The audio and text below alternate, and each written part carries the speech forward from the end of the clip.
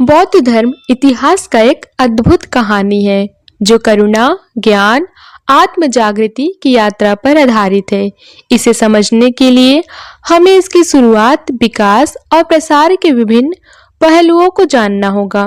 आइए इसे एक कहानी की तरह समझते हैं। बहुत समय पहले भारत के उत्तर में कपिलवस्तु नामक राज्य था। वहां के राजा शुद्धोधन और रानी माया के घर एक पुत्र का जन्म हुआ। उसका नाम रखा गया सिद्धार्थ।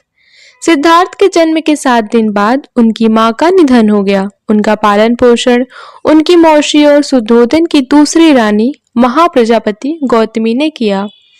ज्योतिषियों ने भविष्यवाणी की कि यह बालक या तो एक महान राजा बनेगा या एक महान संत।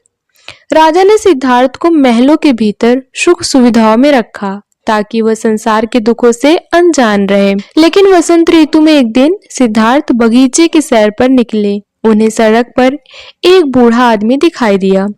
उसके दांत टूट गए थे, बाल पक गए थे, शरीर टेढ़ा हो गया था। हाथों में लाठी पकड़े बड़े धीरे धीरे कांपता हुआ वह सड़क पर चल रहा था।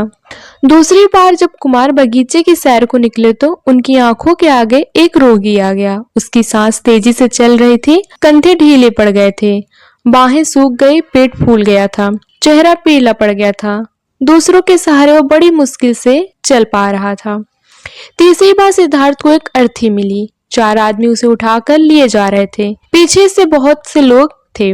कोई रो रहा था तो कोई छाती पीट रहा था। इन दृश्यों ने सिद्धार्थ को बहुत विचलित किया। उन्होंने सोचा कि धिक्कार है जवानी को जो जीवन को सोख लेती है। धिक्कार है स्वास्थ्य को जो शरीर को नष्ट कर देता है। धिक्कार है जीवन को जो इतनी जल्दी अपना अध्याय पूरा कर देता है। क्या बुढ़ापा, बीमारी और मौत सदा इसी तरह होती रहेगी? चौथी बार कुमार बगीचे की सैर को निकले तो उन्हें एक सन्यासी दिखाई पड़ा जो संसार की सारी भावनाओं और कामनाओं से मुक्त प्रसन्नचित्त जा रहा था। सन्यासी ने सिद्धार्थ को आकृष्ट किया। 21 वर्ष की आयु में सिद्धार्थ विवाह उपरांत एकमात्र प्रथम नवजात शिशु राहुल और धर्म पत्नी यशोधरा को त्याग कर अपना महल, परिवार और राजपाट छोड़ दिया। वे सत्य की खोज में जंगलों की ओर निकल पड़े। कई वर्षों तक उन्होंने कठोर तपस्या की, लेकिन उन्हें ज्ञान नहीं मिला। अंततः उन्होंने मध्यम मार्ग अपनाने का निर्णय लिया, जिसमें अत्यधिक भोग और कठोर तपस्या दोनों से बचा जाता है।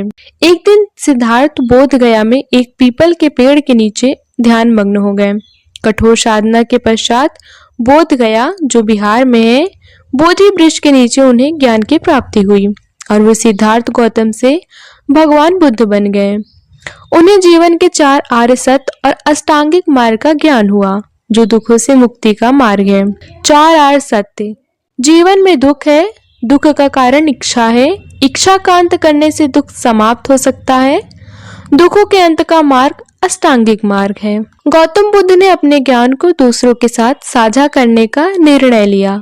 वे सारनाथ गए और वहां अपना पहला उपदेश दिया, जिसे धर्म चक्र प्रवर्तन कहा जाता है। उन्होंने अपने शिष्यों को संगठित किया और एक भिक्षु संघ की स्थापना की। गौतम बुद्ध ने 45 वर्षों तक उत्तर भारत में यात्रा की और धर्म का प्रचार किया।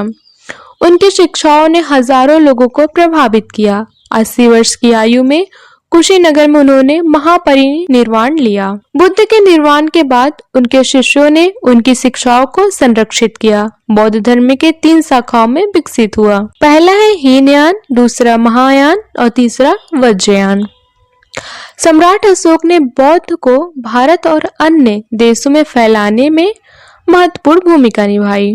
उन्होंने स्तूपों और विहारों का निर्माण कराया और धर्म प्रचारकों को श्रीलंका, तिब्बत, चीन, जापान और दक्षिण पूर्व एशिया भेजा। आज बौद्ध धर्म दुनिया भर में शांति और करुणा का संदेश फैलाता है।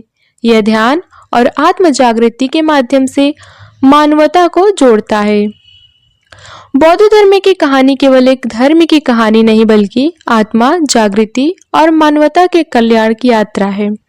यह हमें सिखाता है कि कैसे अपने भीतर शांति और संतुलन प्राप्त करें और दूसरों के लिए करुणा और सहानुभूति का भाव रखें।